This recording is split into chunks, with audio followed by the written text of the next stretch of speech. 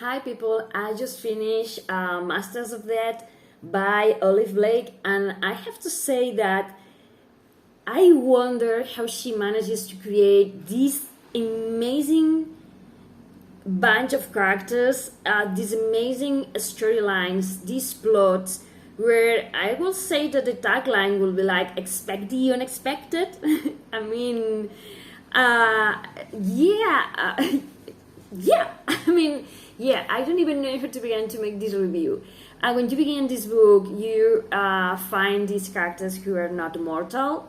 We are going to be finding different immortal characters from different cultures, all thrown together in this book. And at the very beginning, we are going to assist to this kind of Alcoholics Anonymous gathering where we are going to be meeting with werewolves, with vampires, with demons, and they are going to be gathering together, talking about their lives and about different things. And this beginning, it's going to bring us to a house where there is this ghost called Tom, and we're going to have this character who's a vampire called B, and they're going to meet each other, and there's going to be this demon called Isis, and there's going to be the godson of death itself, that's going to be called Fox, and there's going to be like his love interest called Brand, and all of them are going to have lots of things to tell us. And this book is amazing because I wasn't expecting anything about it.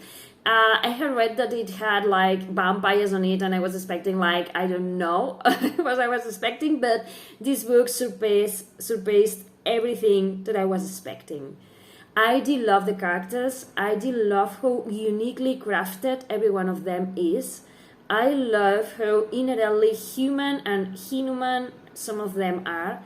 And I love the plot of this book. I have to be honest here and say that sometimes it was kind of hard to follow the plot, and that sometimes I got lost in it, but I keep reading, and at the ending everything makes sense and you understand everything, and it's so fulfilling, so rewarding, and so unique. All the books that I have read by this author end up being unique experiences, and this is something that I love, because when you consume books as you breathe, you end up reading books that are more or less the same. And when you find a unique book that brings forth different emotions and makes you think at the same time that entertains you and also confuses you, I think that she does it all willingly, that she wants to throw her readers out for a spin.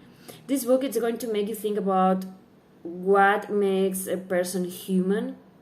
It's going to talk about immortality, and as it says here, forever is a gift and it's a curse, because it's like when you're human and your time is finite, you know that you don't have forever, and you feel things, and you love and you lose and you cry and you're happy, and you enjoy things at a different velocity, so to speak. And I'm not going to be, I would love to be more poetic here and say more things that came to mind when you finish the book, but I don't want to spoil anything. But I do love this distinction that she does between immortals that have all the time in the world, but have lost the ability of truly feel.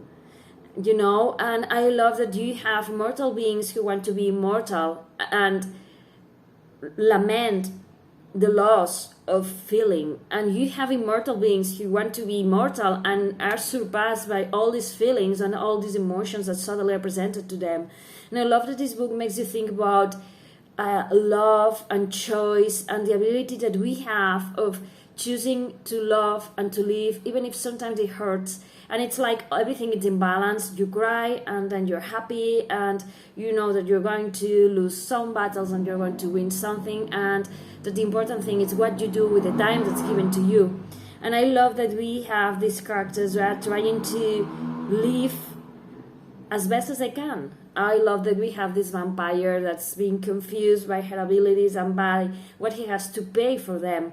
She doesn't want to kill innocent people. She doesn't want to kill babies. It's her nature, and she's like struggling to find this balance in itself. And I love how human she is despite being completely inhuman. I did love Isis the demon, because she was very real. She was very honest in who she is and what her ability is or what she can do. And I love that you have characters that you will love to strangle, but as you keep on reading, you understand them. And there's so many things that I will say about this book, and I don't want to say them because I don't want to spoil this book for you, because I think that reading Olivie Blake's books, it's like a unique experience, because as I say, it's quite something that I don't know how she can come up with all of this that she creates in a book. It's like this wheel travel. It's like being Alice in Wonderland, honestly, because everything is so mesmerizing, everything is so amazing, everything is so crazy, but everything makes sense too. I mean, it's not that she does things to shock you. She shocks you, but it does also has value. And when you end up the book, you began thinking about everything that you have learned. And there is some very powerful passages here that I have marked about, as I say, what it means to be alive, what it means to love and lose and being human and being able to suffer, and then being able to love even more, because you know that your time, it's not infinite, and that you can lose the things that you love, and it makes you love them even more, because you know what I mean. I hope that you know what I mean. The fugacity of things make them something that you cherish. And this book is amazing, and I do love this game that the characters are going to play, and I love the duality between immortal and mortal. I love the relationship that she's going to depict here, the different kinds of love that we are going to find in here, and the different creatures that are going to be populating this book. And I know that she creates a distinction between human and inhuman, about immortal and mortal, but to me they all end being these creatures that you want to hug, that feel like truly human. And I think that this book shows you what it means being human, what it means being...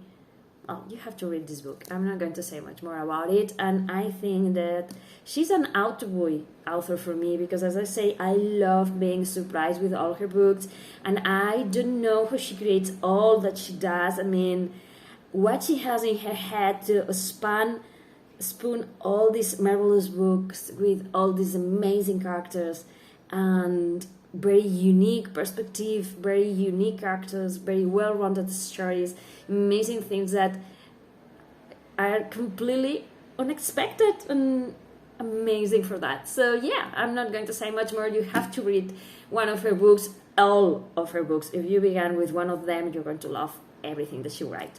So thank you for watching, and forgive that it's been very vague, but I don't want to ruin anything about this book. I don't want to say too much. I want you to be surprised by it. So thank you for watching. Bye.